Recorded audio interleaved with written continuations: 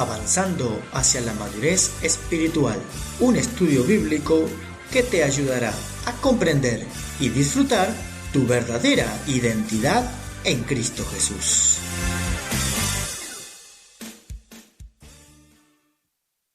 Hola, que Dios te bendiga. En el estudio de hoy nos vamos a centrar en el caminar por fe, elemento crítico del crecimiento y la madurez espiritual. En la primera parte veremos aspectos claves de la fe, 20 maneras bíblicas de triunfar y qué hacer cuando fracasa nuestro caminar por fe. En la parte B tendremos la oportunidad de aplicar las guías de Dios para el caminar por fe en aspectos esenciales de nuestro diario vivir. Algunos cristianos piensan que caminar por fe significa ser llevado por una sensación interna, indescriptible y misteriosa que precisamente llaman fe. El camino de la fe es mucho más práctico y definible. Caminar por fe significa sencillamente que en la vida diaria funcionas a base de lo que crees. De hecho, ya estás caminando por fe, puesto que no puedes dejar de caminar por fe porque tu conducta está determinada por tu sistema de creencias.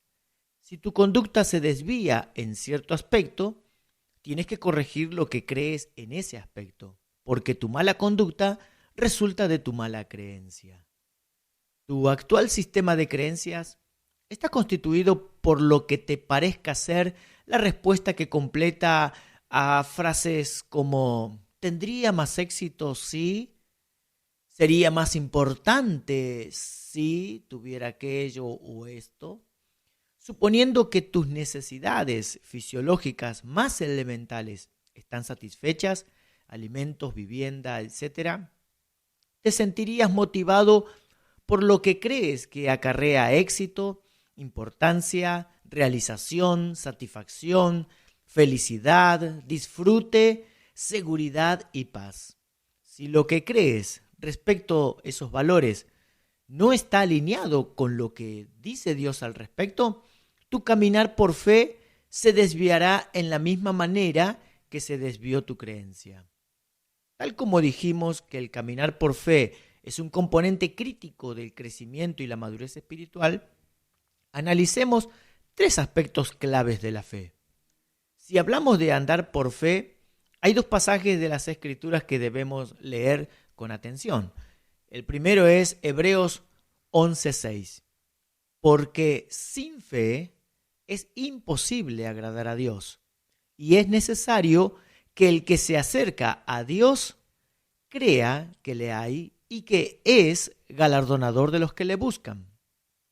Creer lo que Dios es, lo que Dios dice y lo que hace es la llave para el reino de Dios. Y el segundo pasaje es Colosenses 2:6. Por tanto, de la manera que habéis recibido al Señor Jesucristo, andad en Él. La fe es indispensable para la vida cristiana. Neil Anderson escribió: el éxito diario de un cristiano en su crecer y madurar espirituales depende de caminar por fe en Cristo. La base de la madurez cristiana es creer en lo que Dios ha realizado por nosotros y en quienes somos como resultado de su gracia. La fe no es una suerte de cualidad mística del ámbito espiritual que nada tiene que ver con la dimensión práctica del vivir cotidiano. Al contrario, la fe es concreta, sencilla, práctica. Si vamos a creer y madurar en Cristo, debemos entender 3 aspectos simples de la fe que la sacan de la misteriosa abstracción para traerla a la vida práctica que llevamos. El primero es que la fe depende de su objeto. Todos creemos en algo o alguien. El problema es qué creemos o en quién creemos, ya que esto determina si nuestra fe será recompensada. Puedes depositar tu fe en una maceta, una piedra o estatua o en una persona. El asunto es que los objetos materiales no tienen capacidad de responder tus expectativas y las personas no son objetos definitivos de confianza por su limitada y débil condición de seres creados, y en muchos casos sujetos a la naturaleza caída del pecado. Seguramente todos recordamos que alguien nos haya fallado cuando habíamos depositado fe en esa persona. El objeto definitivo y final de la fe es, por supuesto, el Hijo de Dios. Jesucristo es el mismo ayer y hoy y por los siglos, declara Hebreos 13:8. La inmutabilidad de Cristo, es decir, que Él nunca cambia, lo vuelve infinitamente confiable. Esta verdad acerca de Dios es presentada también en Números 23:19. Dios no es hombre para que mienta, ni hijo de hombre para que se arrepienta. Él dijo y no hará, habló y no lo ejecutará. Él nunca ha dejado ni fracasado en ser y hacer todo lo que Él dijo que sería y haría. Jesucristo es eternamente fiel. Muchas son las personas que tratan de vivir por fe con poco o ningún conocimiento de Dios y de sus caminos. Tratan de vivir por fe en la fe como tal, no por fe en Dios. Si esperas ser recompensado, debes saber que el objeto de tu fe, donde depositas tu fe, es capaz de responder tal como vimos en Hebreos 11:6. La fe depende de su objeto, y el objeto de nuestra fe es Jesucristo, porque es eternamente confiable. El segundo aspecto clave es que la profundidad de la fe es determinada por la profundidad del conocimiento del objeto. Si queremos fortalecer nuestra fe en Dios, debemos acrecentar nuestro conocimiento y entendimiento de Él, por cuanto Él es el objeto de nuestra fe. La relación es directa. Poco conocimiento de Dios produce una fe débil en Dios. Aumenta tu conocimiento de Dios y su palabra, entonces tu fe se fortalecerá en la misma relación. Esta regla se origina en las palabras de Pablo en Romanos capítulo 10, el verso 17. Así que la fe viene como resultado de oír el mensaje, y el mensaje que se oye es la palabra de Cristo.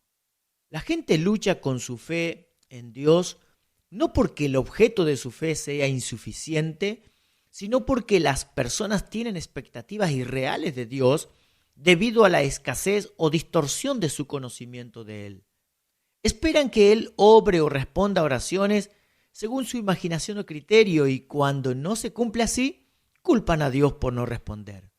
Pero Dios, como objeto de la fe, no cambia, lo que significa entonces que nuestra fe es limitada. Como objeto de tu fe, Dios es infinito. El único límite de tu fe es lo que conoces y entiendes de Dios, aspecto que crece cada vez que lees la Biblia, memorizas un pasaje, participas de un estudio bíblico y meditas con el objeto de aplicar su palabra a tus circunstancias. Podemos afirmar entonces que tu fe está solamente limitada por lo que conoces hoy de Dios, pero tiene un potencial ilimitado a medida que vayas conociendo a Dios mediante su palabra. Lucas afirma esta verdad al registrar las palabras de Jesús en el capítulo 13, versículos 18 y 19, cuando dijo: ¿A qué es semejante el reino de Dios? ¿Y con qué lo compararé? Es semejante al grano de mostaza que un hombre tomó y sembró en su huerto, y creció y se hizo árbol grande, y las aves del cielo anidaron en sus ramas. Vemos entonces que el potencial era grandísimo en la semilla, y el límite para alcanzarlo estaba entonces en lo que el hombre estaba dispuesto a ejercer o realizar como expresión de su conocimiento. La fe es palabra en acción. Si la fe no se expresa, no es fe. Veamos cómo lo explica Santiago capítulo 2, versículos 17 y 18. Así también la fe, si no tiene obras, es muerta en sí misma. Pero alguno dirá: tú tienes fe y yo tengo obras. muéstrame tu fe sin tus obras, y yo te mostraré mi fe por mis obras. Si no hacemos lo que Dios dice, no creemos realmente en Él. Fe y acción son absolutamente inseparables.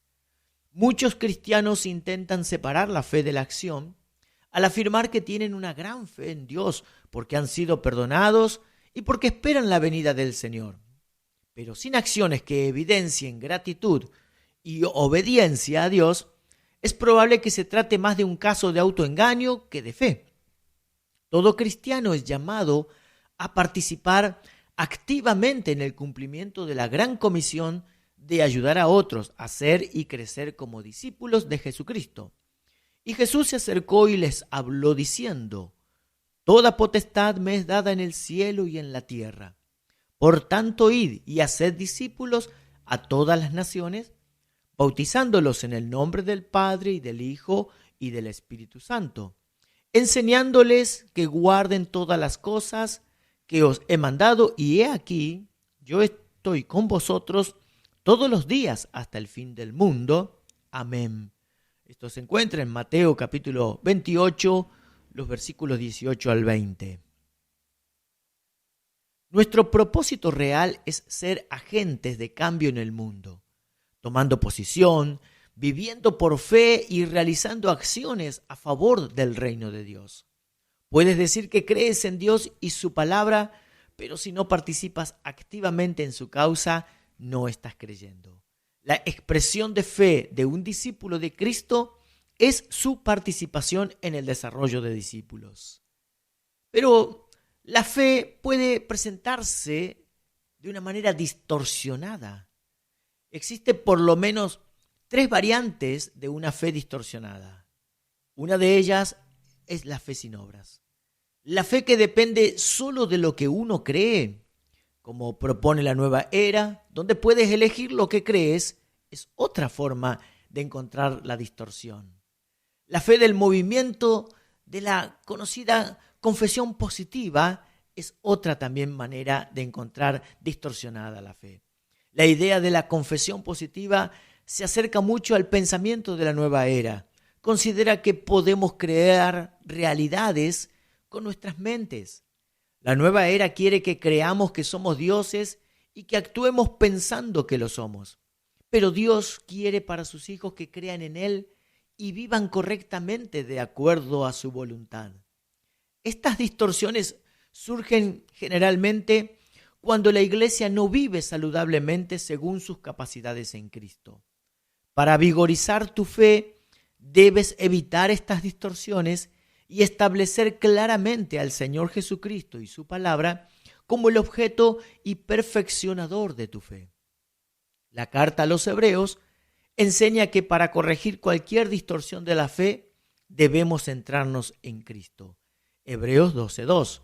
Puesto los ojos en Jesús, el autor y consumador de la fe. Si bien en la segunda mitad del curso estudiaremos en detalle los componentes de la armadura espiritual de un cristiano, es apropiado mencionar que la fe es el escudo de protección indispensable para neutralizar los destructivos efectos de las mentiras de Satanás con las que pretende distorsionar y atacar nuestra confianza en Dios. En este sentido, meditemos en algunas de las promesas que el Señor nos dejó en su palabra. Veamos 20 maneras en que puedo triunfar. 1. ¿Por qué decir que no puedo si la Biblia dice que puedo hacer todas las cosas en Cristo que me fortalece? Filipenses 4:13. 2. ¿Por qué carecer si sé que Dios suplirá todas mis necesidades de acuerdo a sus riquezas en gloria en Cristo Jesús? Filipenses 4:19. 3. ¿Por qué temer si la Biblia dice que Dios no me ha dado espíritu de temor, sino de poder, amor y dominio propio? Segunda de Timoteo 1:7. 4. ¿Por qué tener poca fe para cumplir mi llamamiento si sé que Dios me ha asignado una medida de fe? Romanos 12:3. 5. ¿Por qué ser débil si la Biblia dice que el Señor es la fuerza de mi vida y que yo desplegaré fortaleza y haré cosas porque conozco a Dios. Salmo 27:1 y Daniel 11:32. 6. ¿Por qué dar supremacía a Satanás sobre mi vida si aquel que está en mí es mayor que aquel que está en el mundo? Primera de Juan 4:4. 7. ¿Por qué aceptar la derrota si la Biblia dice que Dios siempre me lleva en triunfo? Segunda de Corintios 2:14. 8. ¿Por qué carecer de sabiduría si Cristo se hizo sabiduría de Dios para mí y Dios generosamente me da sabiduría si se la pido? Primera de Corintios 1:30, Santiago 1:5. 9. ¿Por qué deprimirme si puedo evocar el amor, la compasión y la fidelidad de Dios y tener esperanza? Lamentaciones 3:21-23. 10. ¿Por qué preocuparme y afanarme cuando puedo depositar toda mi ansiedad en Cristo que se preocupa por mí? Primera de Pedro 5:7. 11. ¿Por qué seguir esclavizado si sé que hay libertad donde esté el Espíritu del Señor? Segunda de Corintios 3:17 y Gálatas 5:1. 12. ¿Por qué sentirme condenado si la Biblia dice que no soy condenado porque estoy en Cristo? Romanos 8:1. 13.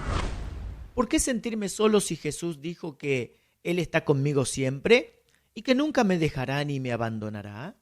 Mateo 28:20 y Hebreos 13:5. 14. ¿Por qué sentirme maldecido o víctima de mala suerte si la Biblia dice que Cristo me redimió de la maldición de la ley para que pudiera recibir su Espíritu? Gálatas 3:13 y 14. 15. ¿Por qué estar descontento si yo, igual que Pablo, puedo aprender a estar contento en todas mis circunstancias? Filipenses 4:11. 16. ¿Por qué sentirme sin valor si Cristo se hizo pecado por mí para que yo pudiera llegar a ser la rectitud de Dios en él? Segunda de Corintios 5:21. 17. ¿Por qué tener un complejo de persecución sabiendo que nadie puede estar en mi contra si Dios está conmigo? Romanos 8:31. 18. ¿Por qué estar confundido si Dios es el autor de la paz y Él me da conocimiento por medio de su Espíritu que habita en mí? Primera de Corintios 14:33 y también 2:12. 19. ¿Por qué sentirme fracasado si soy vencedor en todas las cosas por medio de Cristo? Romanos 8:37. Y 20. ¿Por qué permitir que las presiones de la vida me molesten si puedo cobrar valor por saber que Jesús ha vencido al mundo y sus tribulaciones? Juan 16:33. Así hemos visto entonces por lo menos 20 maneras en que la palabra de Dios nos enseña que podemos triunfar. Pero ¿qué sucede cuando el andar por fe no ha sido el esperado? Y por lo tanto no caminamos de triunfo en triunfo, sino más bien de fracaso en fracaso. Esos momentos en que fallamos en nuestro caminar por fe, o al menos sentimos que fracasamos, debemos aferrarnos a dos verdades importantes. La primera, Dios te ama tal como eres. Y la segunda, Dios te ama sin importar lo que hagas. Veamos la primera, Dios te ama tal como eres. En Romanos 5:8, Dios nos recuerda que su amor hacia nosotros ya fue demostrado en la crucifixión de Cristo. Pero Dios demuestra su amor por nosotros en esto, en que cuando todavía éramos pecadores, Cristo murió por nosotros. Dios ama cuando tu fe es fuerte y un minuto después tu fe parece debilitarse. Dios ama en todo momento a sus hijos. En un mundo tan cambiante, el amor de Dios hacia ti es la gran constante eterna en medio de las inconsistencias de tu andar diario. Si fallamos en la fe, esto no cambia la posición de Cristo y por ende no cambia nuestra posición en Cristo. Nuestra posición como hijos e hijas de Dios está segura, aunque nuestro progreso a la madurez sea ocasionalmente inconsistente. Y la segunda verdad que habíamos mencionado y que no debemos olvidar es que Dios te ama sin importar lo que hagas. Esta verdad puede ser mal interpretada porque algunos pueden suponer que promueve el libertinaje, pero el énfasis no está en lo que hagas, sino en la naturaleza de Dios. Tu relación de amor con Dios no se inició por tus actos de justicia, y así como no puedes hacer nada para merecer el amor de Dios, tampoco tus acciones indebidas impiden que deje de amarte. Tenemos un enemigo que nos quiere hacer pensar que una vez que fallaste, el cielo nunca te perdonará y el acceso queda restringido para otros cristianos, pero no es posible para ti. En la primera carta de Juan, capítulo 2, el verso 1, la Biblia dice: Hijitos míos, les escribo estas cosas para que no cometan pecado. Aunque si alguno comete pecado, tenemos ante el Padre un defensor, que es Jesucristo, y Él es justo. Nuestro defensor, nuestro abogado, Jesucristo, apela a estas verdades y gracias al perdón por su sangre, nos renueva la fuerza liberadora que movilizará nuestro corazón a volver a Dios mediante la confesión y arrepentimiento genuino y retomar así el caminar por fe. El amor y el perdón de Dios son infinitamente mayores que nuestros pecados y las acusaciones de Satanás. Hemos visto entonces que el caminar por fe es un componente estratégico para tu crecimiento espiritual. 20 maneras bíblicas de triunfar y qué hacer cuando fracasa nuestro caminar por fe.